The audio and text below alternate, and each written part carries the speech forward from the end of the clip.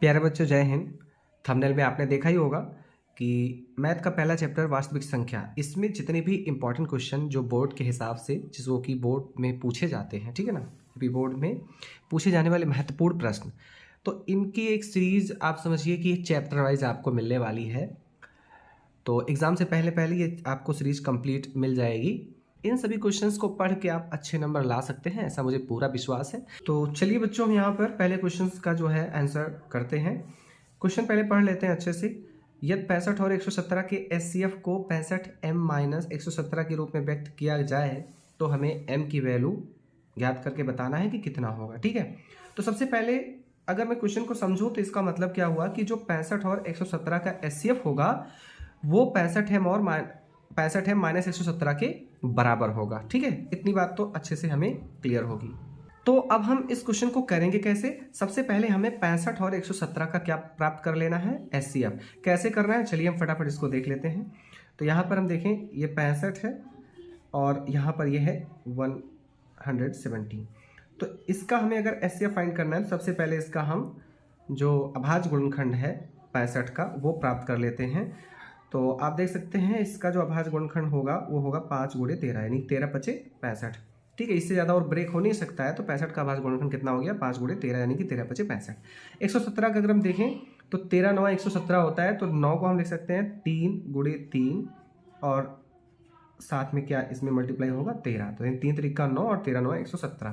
तो आप देख सकते हैं कि 65 का जो अभाज्य गुणनखंड है 5 × 13 और 117 का अभाज्य गुणनखंड कितना हो जाएगा, 3 × 3 × 13। अब यहाँ से हम जब एचसीएफ लिखने की बात करते हैं तो आप अच्छे से देख पाएंगे कि इसका एचसीएफ क्या होगा, हाईएस्ट कॉमन फैक्टर जो इसमें कॉमन होगा। तो इसमें आप देखें, इसमें सबसे मैक्सिमम कॉमन में देखें क्या आ रहा है, 13। तो हम अगर 13 लिखते हैं तो यही हमारा क्या हो जाएगा, इसका एचसीएफ हो जाएगा। और जो ये एचसीएफ हमने फाइंड किया है वो एचसीएफ हमें पहले से कितना दिया है, 65m-117। तो हम यहाँ पर क्या करेंगे, यहाँ पर हम इस 13 को 65m-117 के हम क्या करेंगे, बराबर कर देंगे। ठीक है, क्योंकि ये एचसीएफ है और ये भी एचसीएफ है तो दोनों बराबर होंगे। इतनी बात क्लियर है। अच्छा सॉरी, 117 है। अब हम क्या करेंगे, माइनस है इसको हम उधर ट्रांसफ़र करेंगे तो ये हो जाएगा प्लस में। तो इधर पहले से ऑलरेडी 13 है, इसको हम जैसे ही 75 करेंगे तो प्लस 117 हो जाएगा। अब इसको हम सिंपली यहाँ पर ऐड कर देंगे तो 13 117 कितना हो जाएगा, 130। जैसे हम इसमें इसको मल्टीप्लाई है ट्रांसफ़र करेंगे तो ये क्या हो जाएगा, डिवाइड हो जाएगा। तो ये हो जाएगा 130/65। ठीक है, अब 65 का जो है 2 बार में ये पूरा पूरा कट जाएगा तो m की वैल्यू यहाँ से हमें क्या मिल जाएगी, 2। ठीक है, इसी प्रकार से हम, ये पहला क्वेश्चन था, पहले क्वेश्चन का सोल्यूशन आसानी से देख सकते हैं। चलिए अब हम इसका दूसरा क्वेश्चन पढ़ लेते हैं। दूसरा क्वेश्चन देखते हैं क्या है। दूसरा क्वेश्चन हमारा है कि यदि 50 व 75 का जो एलसीएम 150 है तो हमें उसी का यानी कि 50 और 75 का एचसीएफ यानी कि मासा ज्ञात करना है। ठीक है, तो चलिए इस क्वेश्चन को भी हम फटाफट एक बार अच्छे से देख लेते हैं कि इसको कैसे करना है। तो यहाँ पर सबसे पहले तो आपको यह समझना है कि जो हमें 50 और 75, ठीक है, जो इसका हमें एलसीएम है यानी कि लासा, वो कितना दिया है, आप देख सकते हैं 150। अब हम क्या करेंगे, यहाँ पर एक फॉर्मूला होता है जो हम सबको पता होना चाहिए कि लासा गुणे मासा।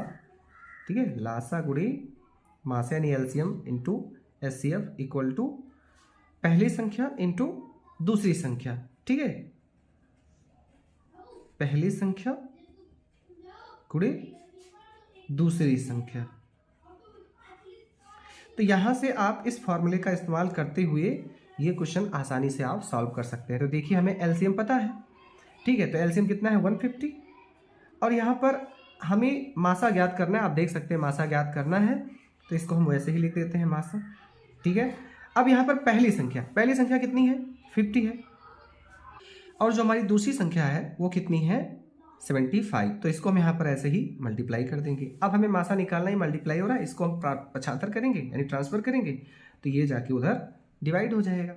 तो आप देखिए अच्छे से, ये 50 × 75 इधर रहेगा और होल डिवाइडेड बाई कितना हो जाएगा, 150। ठीक है, अब 50 का टेबल अगर हम पढ़ें तो ये 3 टाइम्स में जाएगा और 3 का टेबल पढ़ेंगे 75 में तो ये 25 यानी 3 दूना 6, दो यहाँ 3 दूना 6, 1 बचा, 3 बचे 15। तो इस तरह से हमारा अगर मासा की बात करें तो इसमें मासा हमारा कितना आ गया, 25 आ गया। ठीक है, तो इस प्रकार से हम दूसरे क्वेश्चन को भी आसानी से सॉल्व कर सकते हैं। पैटर्न यही रहेगा, क्वेश्चंस में केवल ये डिजिट चेंज होंगे।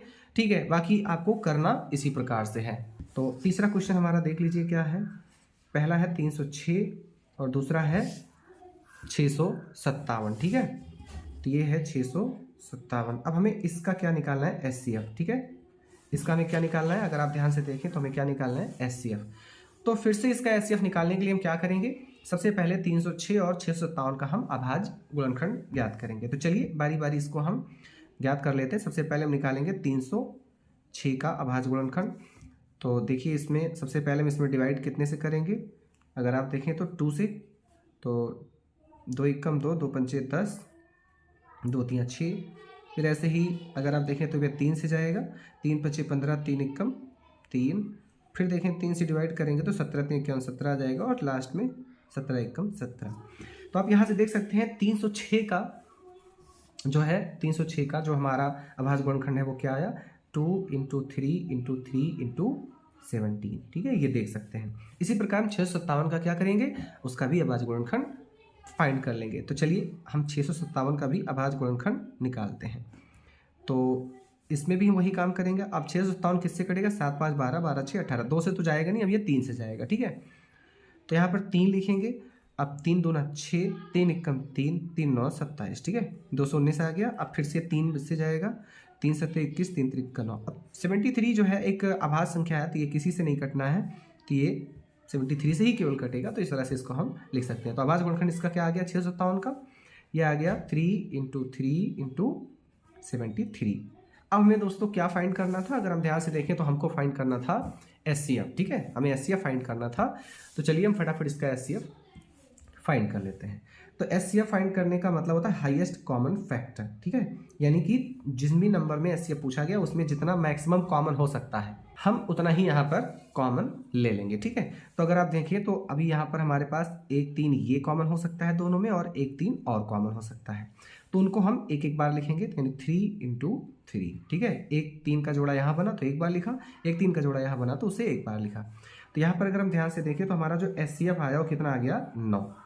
तो क्वेश्चन नंबर 4 की बात करते हैं। सबसे पहले हम ये मान लेंगे कि माना √2 एक परमीय संख्या है। ठीक है, यानी सिद्ध तो हमें करना है कि वो अपरमीय है, लेकिन हम मानेंगे कि √2 एक परमीय संख्या है। ठीक है, अब सभी को पता है कि अगर हम परमीय संख्या इसको मानते हैं तो किसी भी परमीय संख्या को a/b के रूप में हम लिख सकते हैं। तो चलिए फटाफट फिर हम √2 को जो है a/b के इक्वल लिख सकते हैं। ठीक है, अब यहाँ a/b क्या है, ये दोनों एक सहभाज्य हैं। a व b हमने क्या लिया है, सह अभाज्य संख्याएं। ठीक है, और साथ ही साथ ये भी ध्यान रखना है कि जो इसमें आपका हर है यानी b वो 0 नहीं है। इस कंडीशन के हिसाब से हमने 2 सहभाज्य संख्याएं ले ली हैं। सहभाज्य का मतलब होता है कि इसको सरल भाषा में समझें कि ऐसी कोई संख्या नहीं है एक के अतिरिक्त जो a और b को एक साथ डिवाइड कर दे। ठीक है, ऐसी कोई संख्या नहीं है जो a और b को एक साथ डिवाइड कर दे। सहभाज्य का मतलब यही होता है। ठीक है, अब इसके बाद हमें क्या करना है, अब हमें दोनों पक्षों का होल स्क्वायर कर देना है, वर्ग कर देना है। तो हम यहाँ पर लिख देते हैं जल्दी जल्दी, दोनों पक्षों का वर्ग करने पर, दोनों पक्षों का वर्ग करने पर। ठीक है, अब जैसे वर्ग करेंगे तो क्या आ जाएगा, √2 का होल स्क्वायर, यहाँ से a/b का होल स्क्वायर। इसको थोड़ा हम सॉल्व करते चले जाएंगे इसी प्रकार से। तो आप देखेंगे क्या आ जाएगा, इधर से तो ये 2 आएगा, जबकि इधर से a²/b²। इसको हम इससे मल्टीप्लाई कराएंगे, क्रॉस मल्टीप्लाई, तो ये आ जाएगा 2b² = ए स्क्वायर। ठीक है, तो मैं और सॉल्व कर दूं तो यहाँ से कह सकते हैं b square equal to a square upon 2। इससे ज़्यादा क्लियर होगा। तो यहाँ देख सकते हैं कि 2 ने ए स्क्वायर को डिवाइड किया तभी इक्वल हुआ है बी स्क्वायर के। इट मीन्स 2 जो है वो ए स्क्वायर को डिवाइड कर रहा है। तो यहाँ से हम एक कंक्लूजन ड्रॉ कर देंगे कि चूँकि 2 जो है वो ए स्क्वायर को क्या कर रहा है, डिवाइड मतलब विभाजित कर रहा है। ठीक है,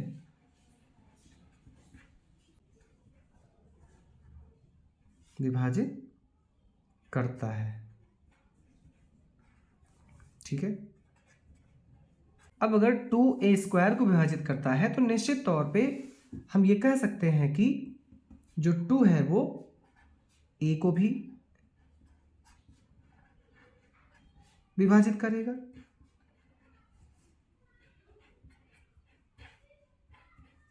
ठीक है, ए को भी विभाजित करेगा। अब हम क्या करेंगे, अब चूंकि 2 जो है ए को विभाजित करेगा, इसका मतलब हुआ कि जो भी ए है वो 2 के टेबल में आया होगा, यानी कि 2 के मल्टीपल में होगा। तो ऐसे केस में हम क्या करेंगे, हम मान लेंगे, ठीक है, माना ए बराबर 2k या 2m जैसा कुछ हम मान लेंगे। ठीक है, तो हम 2k जैसा कुछ ले लेते हैं, क्योंकि 2 के मल्टीपल में आएगा तभी तो 2 जो है ए को डिवाइड कर पाएगा। तो हम ऐसा मान लेते हैं कि ए की वैल्यू जो है वो 2k होगी। ठीक है, जहाँ पर हमारा k कोई क्या है, k जहाँ पर हमारा कोई पूर्णांक है। ठीक है, यहाँ पर जो हमारा k होगा वो कोई पूर्णांक है। अब इसको हम क्या करेंगे, इस a की वैल्यू को हम इस पहले, अच्छा इसको हम इक्वेशन फर्स्ट एज्यूम कर लेते हैं। अब हम इस वैल्यू को यहाँ पर पुट कर देंगे, तब क्या आ जाएगा, तो बी स्क्वायर इक्वल्स टू, अब यहाँ पर लिखेंगे तो 2k होल स्क्वायर अपॉन में 2। इसको ज़रा सॉल्व कर लें तो हो जाएगा 4k स्क्वायर अपॉन में 2। इसको थोड़ा और सॉल्व करें तो आप देख पाएंगे 2 एक कम 2, 2 दूना 4, कुल मिलाकर ये आ जाएगा 2k स्क्वायर। तो सिंपली आप देख सकते हैं कि जो बी स्क्वायर है वो 2k स्क्वायर के आया इक्वल। अब यहाँ से अगर मैं इस 2 को, चूँकि मल्टीप्लाई हो रहा है, इधर डिवाइड कर दूँ तो क्या आ जाएगा, बी स्क्वायर अपॉन में 2, यहाँ से आ जाएगा के स्क्वायर। अब फिर से वही बात, 2 ने बी स्क्वायर को डिवाइड किया तभी के स्क्वायर हमें यहाँ पर मिलता है। ठीक है, तो यहाँ पर हम फिर से एक कंक्लूजन ड्रॉ करेंगे कि चूँकि 2 बी स्क्वायर को क्या करता है, जो हमने ऊपर किया था वही है, विभाजित करता है। अब कोई संख्या अगर किसी के स्क्वायर को डिवाइड करता है तो यकीनन वो उस संख्या को भी, यानी कि b को भी क्या करेगा, विभाजित करेगा। ठीक है, विभाजित करेगा। ठीक, अब यहाँ पर देखिए जो हमने कथन यहाँ पर यूज़ किया है कि 2 ए को भी विभाजित करेगा और 2 बी को भी विभाजित करेगा, जबकि सबसे ऊपर मैंने क्या लिया था, ए और बी क्या है, सहभाज्य है, अर्थात ऐसी तीसरी कोई संख्या नहीं है जो ए और बी को एक साथ विभाजित कर सके। जबकि हम यहाँ पर देख पा रहे हैं कि 2 जो है ए को भी विभाजित कर रहा है और 2 जो है यहाँ पर बी को भी विभाजित कर रहा है। लेकिन ये जो हमने शर्त ली थी ए और बी सहभाज्य है, तो ये शर्त कहीं ना कहीं फेल होती हुई दिख रही है। ऐसा क्यों हो रहा है, तो उसी का हम कारण लिखेंगे कि ये विरोधाभास उत्पन्न हो रहा है, अर्थात ए और बी को कोई तीसरी संख्या नहीं काट सकती है। और दूसरी तरफ हम कहते हैं कि यहाँ पर 2 ए को भी काट रहा है और 2 बी को भी काट रहा है, तो कहीं ना कहीं ऊपर वाली बात का क्या हो रहा है, विरोध हो रहा है। इसीलिए इस विधि को हम विरोधाभास बोलते हैं। इसी के आधार पर हम इसको प्रूव करने वाले हैं। तो अब हम यहाँ पर साफ और स्पष्ट भाषा में लिखेंगे कि समीकरण, देखिए ये जो भाषा हम लिखने वाले हैं ये आप अपने हिसाब से लिख सकते हैं, कोई आप अपनी बात समझा ले जाएं। ठीक है, तो ये छोटा भी हो सकता है, बड़ा भी हो सकता है, लेकिन कोशिश हम ये कर रहे हैं कि जितना संभव है उतना हम शॉर्ट में लिखने की कोशिश करें। ठीक है, तो समीकरण 1 व 2 से हम कह सकते हैं कि ए व बी का उभयनिष्ठ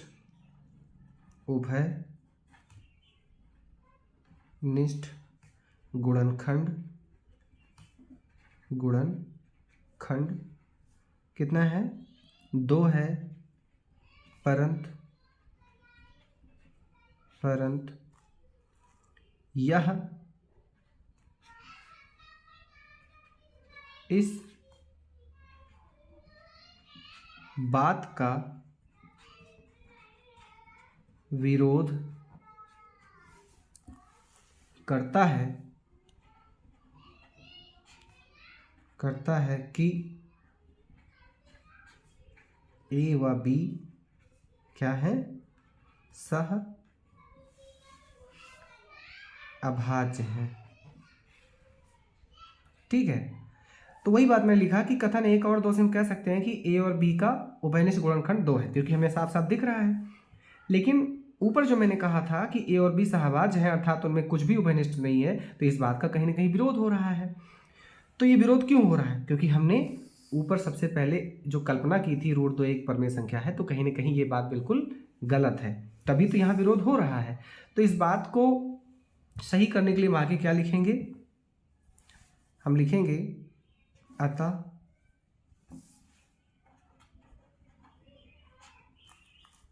हमारी कल्पना या परिकल्पना, ठीक है, चलिए इसको हम परिकल्पना ही लिखते हैं। अतः हमारी परिकल्पना क्या हो जाएगी? गलत है। ठीक है, अतः सही फिर क्या होगी? अच्छा, परिकल्पना हमारी क्या थी? परिकल्पना कि √2 एक परमेय संख्या है। अब इसको हम कह रहे हैं कि ये गलत है, तो सही क्या होगा? कि √2 एक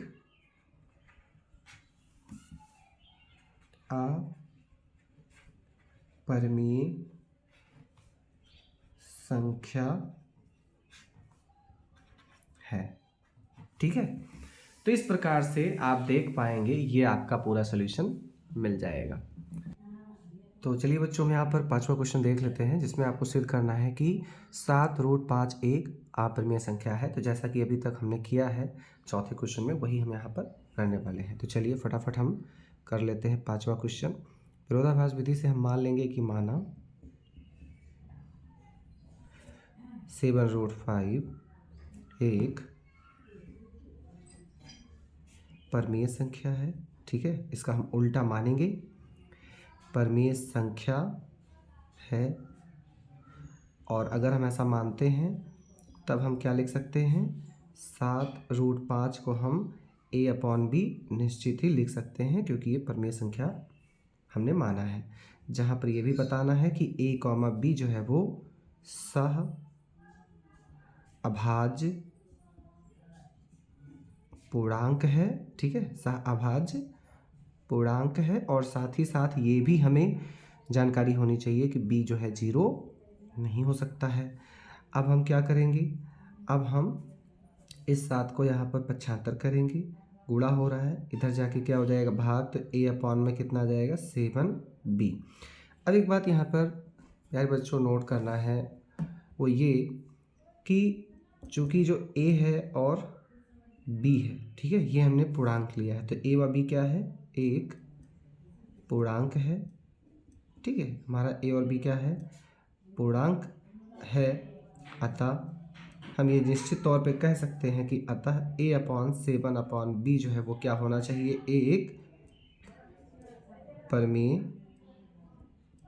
संख्या होगी। ठीक है, अगर a और b हमारा पूर्णांक है तो a/7b एक परमेय संख्या निश्चित तौर पे होगी। लेकिन अब यहाँ पर एक बात और ध्यान रखना है कि अगर एक पक्ष इसका परमेय हो गया तो जो √5 दूसरा पक्ष है उसका, इसको भी क्या होना पड़ेगा?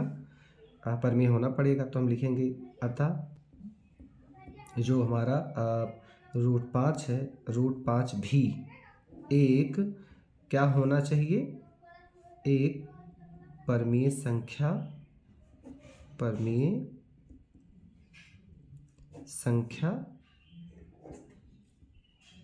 होनी चाहिए। ठीक है, ऐसा हम समझ पाएंगे, क्योंकि ये परमीय है तो ये भी परमीय होना चाहिए। लेकिन परंतु यह सर्वमान्य है। क्या सर्वमान्य है? यह सर्वमान्य तथ्य है। क्या सर्वमान्य तथ्य है? कि जो हमारा √5 है, ठीक है, वो कैसी संख्या है? एक अपरमीय संख्या है। ठीक है, वो कैसी संख्या है? अपरमीय संख्या है। ठीक है, अब ये बात फिर विरोधाभास क्यों हो रहा है? हम यहाँ पे कह रहे हैं कि अगर ये एक परमीय संख्या है a/7b, a/7 b, अगर ये परमीय संख्या है तो √5 को भी क्या होना चाहिए? परमीय संख्या होना चाहिए। लेकिन हम सब जानते हैं कि सर्वमान्य तथ्य है कि √5 एक अपरमीय है, यानी हम यहाँ पर परमीय बोलते हैं और यहाँ पर अपरमीय। अब एक ही बात का दो अलग अलग अंदाज में कहने से विरोधाभास हो गया। तो हम यहाँ पर क्या लिखेंगे कि यह विरोधाभास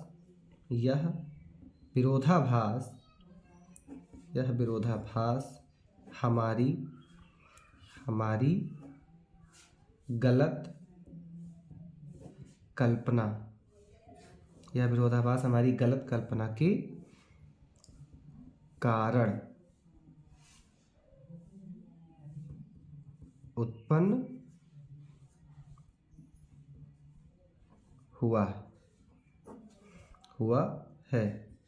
कि अब चाहे तो आप मेंशन कर दें कौन सी गलत कल्पना थी कि 7√5 एक परमेय संख्या है, या चाहे मेंशन ना करें तो भी चल जाएगा। ठीक है, तो यह विरोधाभास हमारी गलत कल्पना के कारण उत्पन्न हुआ है कि हम लिख दे रहे हैं 7√5 एक परमीय संख्या है। ठीक है, अतः अगर यही बात गलत है, क्योंकि विरोधाभास उत्पन्न हुआ है, तो ये किस कारण उत्पन्न हुआ था कि 7√5 एक परमीय संख्या है, तो हम इस गलती को सुधार लेते हैं। तो अतः हम कह देंगे कि 7√5 जो है एक परमीय संख्या ना होकर क्या हो जाएगी? एक अपरमीय संख्या होगी। ठीक है, इसी तरह से आप इसको समझ पाएंगे। यहाँ से इसको हम प्रूव्ड लिख सकते हैं, एक सिद्ध हम लिख सकते हैं। बिल्कुल ऐसे ही हम फटाफट छठवां क्वेश्चन भी कर लेते हैं। क्या लिखा है छठवां क्वेश्चन? कि सिद्ध कीजिए कि 2 + √3 एक अपरमीय संख्या है। तो सेम स्टोरी, फिर से हम मानेंगे अपोजिट। माना 2 + √3 एक कैसी संख्या मानेंगे? परमीय संख्या मानेंगे। ठीक है, परमीय संख्या है। हम वही विरोधाभास विधि का प्रयोग करते चले जाएंगे इस तरह के जितने भी सवाल, इस तरह के सभी सवालों में। ठीक है, अब हम फिर से वही बात मानेंगे, भाई अगर ये एक परमीय संख्या है तो निश्चित तौर पे हम 2 + √3 को a/b के रूप में लिख पाएंगे। ठीक है, जहाँ पर हम ये बात बोल सकते हैं कि a व b क्या है? पूर्णांक है। a व b क्या है? पूर्णांक है। और साथ ही साथ ये भी ध्यान रखिए कि b जो है हमारा वो 0 नहीं है। ठीक है, अब यहाँ पर आपको बस करना क्या है कि इस 2 को उधर पक्षांतर करना है। तो ये 2 उधर प्लस है, उधर जाके माइनस हो जाएगा। इसको थोड़ा और सॉल्व कर ले, एलसीएम लेकर क्रॉस मल्टीप्लाई, तो हो जाएगा a - 2b/b। ठीक है, आई होप कि इतनी बात जरूर समझ में आ रही होगी। अब यहाँ से फिर से वही स्टेटमेंट लिखेंगे कि चूंकि a व b एक क्या है? सेम वही स्टोरी चलेगी, पूर्णांक है। अतः अगर a b पूर्णांक है तो इसको सॉल्व करेंगे तो ये कैसी संख्या मिलेगी? परमीय संख्या, क्योंकि b 0 है नहीं। तो a - 2b/b एक कैसी संख्या होगी?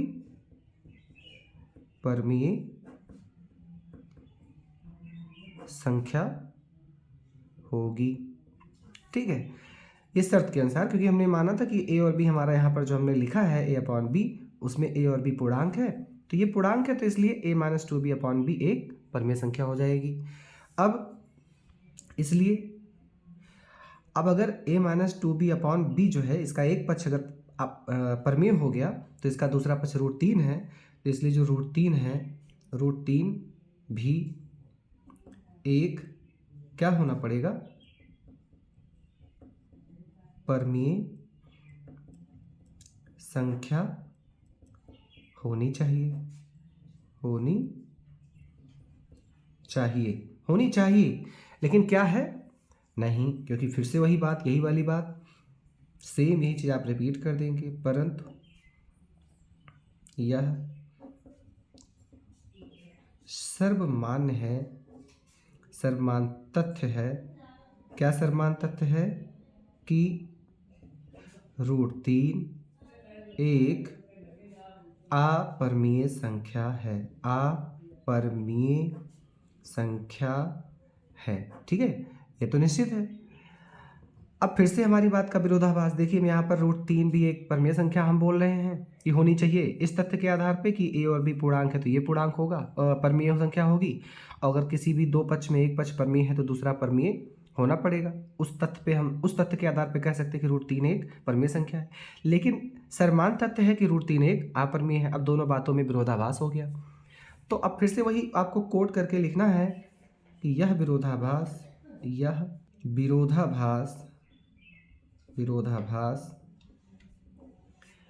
हमारी गलत कल्पना, कौन सी गलत कल्पना, उसको लिख देते हैं, 2 + √3 एक परमीय संख्या है के कारण उत्पन्न हुआ। ठीक है, हमारी यही गलत कल्पना थी, इसका मतलब तभी तो ये विरोधाभास उत्पन्न हुआ है। तो अतः सही कर लेते हैं फिर उस गलती को। तो हमने 2 + √3 एक परमेय संख्या मानी थी, अब हम क्या लिखेंगे, अतः 2 + √3 एक कैसी संख्या हो जाएगी, परमेय न होके क्या हो जाएगी, अपरमेय संख्या होगी। इसको भी हम यहाँ पर क्या कर देंगे, प्रूव्ड लिख देंगे, या फिर इत्सिद्धम, जो भी आप समझ पाए। तो आई होप कि ये जो 2 क्वेश्चन है आपको बेहतर तरीके से समझ में जरूर आया होगा। तो बच्चों चलिए यहाँ पर 7वां क्वेश्चन देख लिया जाए। 7वें क्वेश्चन में क्या कहता है कि व्याख्या कीजिए कि क्यों 17 × 5 × 11 × 3 × 2 + 2 × 11 एक भाज्य संख्या है। तो सबसे पहले आप यहाँ पर इस संख्याओं को लिख लीजिए, 17 × 5 × 11 × 3 × 2 और प्लस में क्या है, 2 × 11। अब इसको हमें सिद्ध करना है कि ये एक भाज्य संख्या है और कारण भी बताना है कि क्यों। तो सबसे पहले भाज्य संख्या क्या होती है ये बात जरूर समझ लेना चाहिए। जैसे अगर कोई संख्या लिखी है, अब ये संख्या को भाज्य संख्या होनी है तो इसको एक और स्वयं, ठीक है, एक और स्वयं मतलब जो भी यहाँ संख्या होगी, एक और स्वयं के अतिरिक्त अन्य संख्याओं से भी इसको विभाजित होना पड़ेगा। तो अगर हम वो अन्य संख्या ढूंढ लेते हैं तो ये काम हमारा आसान हो जाएगा ये बताने में कि हाँ ये भाज्य संख्या है। तो चलिए सबसे पहले हम यहाँ पर देखें तो इसमें 11 और 2 और यहाँ पर भी 11 और 2 दोनों में कॉमन है। तो सबसे पहले हम यहाँ पर 2 और 11 इसको हम क्या करेंगे, कॉमन निकालेंगे। तो क्या आ जाएगा, 17 × 5, 11 जा चुका है कॉमन में, तो यहाँ से 3 और प्लस में 1। अब बहुत ही आसानी से समझा जा सकता है कि अंदर 17 × 5 × 3 + 1 जो भी संख्या होगी, गुणा होके जुड़ के जो भी संख्या आएगी वो 2 और 11 के साथ मल्टीप्लाई होगी। इसका मतलब इस पूरी संख्या का जो गुणनखंड है वो 2 × 11 × समथिंग ये जो भी है। तो इससे पता चलता है कि जब इस संख्या को हम डिवाइड करेंगे तो 2 से भी कैंसिल होगा और 11 से भी कैंसिल होगा। ठीक है, तो स्वयं और 1 के अतिरिक्त ये 2 और 11 से भी पूर्णतः विभाजित हो जाएगा। और ये जो हम बात कह रहे हैं ये किस प्रमेय से होती है? ये अंकगणित की आधारभूत प्रमेय से होती है। तो हम कह सकते हैं कि अतः अंकगणित की आधारभूत प्रमेय के अनुसार ये जो हमारी संख्या है कौन सी, 17 गुणे 5 गुणे 11 गुणे 3 गुणे 2 प्लस 2 गुणे 11, ये कैसी संख्या हो जाएगी? एक भाज्य संख्या होगी। ठीक है, यही बात हमें यहाँ पर प्रूव करना था और कारण बताना था। तो कारण यही है कि अंकगणित की जो आधारभूत प्रमेय है उसी के अनुसार ये भाज्य होगी। ठीक है, तो चलिए अब फटाफट हम 8वें क्वेश्चन की ओर बढ़ते हैं। और क्या लिखा है इस क्वेश्चन में? सिद्ध कीजिए कि √5 - 3 एक अप्रमेय संख्या है। बिल्कुल वैसे ही जैसे छठवां है। ठीक है, तो हम यहाँ पर सबसे पहले मान लेंगे कि माना √5 - 3 एक कैसी संख्या है? परमीय संख्या है। हमें सिद्ध करना है अपरमीय, लेकिन हम उसका उल्टा परमीय संख्या है ऐसा मान के चलते हैं। ठीक है, अगर परमीय संख्या है तो अतः हम ये बात कह सकते हैं कि जो भी परमीय संख्या होती है उसको हम a/b के रूप में लिख सकते हैं। तो इस प्रकार से हम √5 - 3 को भी हम a/b के रूप में लिख सकते हैं, जहाँ पर ये बात मेंशन कर देंगे कि जहाँ a व b जो है वो हमारी क्या है? पूर्णांक है। कैसी संख्या है? पूर्णांक है। और साथ ही साथ b जो है वो 0 नहीं है, क्योंकि अगर किसी भी भिन्न का हर 0 होगा तो वो संख्या अनडिफाइन हो जाएगी, इसीलिए b को 0 नहीं लेना है। ठीक है, अब देखिए सेम वही प्रोसीजर। अब इस -3 को उधर आप पक्षांतर कर दें। जैसे ही पक्षांतर होगा तो यहाँ से a/b ये माइनस है, उधर जाके क्या हो जाएगा? +3। इसको थोड़ा क्रॉस मल्टीप्लाई करके एलसीएम बराबर कर लें, तो यहाँ से आप देखेंगे क्या हो जाएगा? a + 3b अपॉन में कितना आ जाएगा? b। अब फिर से वही कोट करना है कि चूंकि जो अभी हमने पिछले सवालों में किया था, ठीक है, 6 में 5 में इसी तरह से, तो हम लिखेंगे चूंकि a व b कैसी संख्या है? a व b पूर्णांक संख्या है। ठीक है, पूर्णांक है, अतः निश्चित तौर पे अगर a और b पूर्णांक है तो a + 3b अपॉन b एक कैसी संख्या हो जाएगी? एक परमीय संख्या होगी। ये तो कंफर्म हो गया ना, एक परमीय संख्या होगी। अब अगर किसी भी इक्वेशन में दो इक्वलिटी अगर चीज़ें हैं तो एक पक्ष अगर आपका परमीय है तो दूसरा भी परमीय होगा, तो इसलिए √5 भी क्या होना चाहिए? एक क्या होना चाहिए? परमीय संख्या होना चाहिए, भी एक परमीय संख्या होनी चाहिए। ठीक है, होनी चाहिए। फिर से वही बात लिखेंगे कि परंतु यह सर्वमान्य तथ्य है कि √5 एक कैसी संख्या है? अपरमीय संख्या है। ध्यान से ये बात समझना है। यहाँ से चूंकि ये परमीय है तो इसलिए √5 को हमें परमीय कहना पड़ता है कि ये परमीय संख्या होनी चाहिए, लेकिन हमें पता है कि ये जो है परमीय ना होकर एक अपरमीय है। अब दोनों स्टेटमेंट से विरोधाभास हुआ, तुम लिखेंगे कि यह विरोधाभास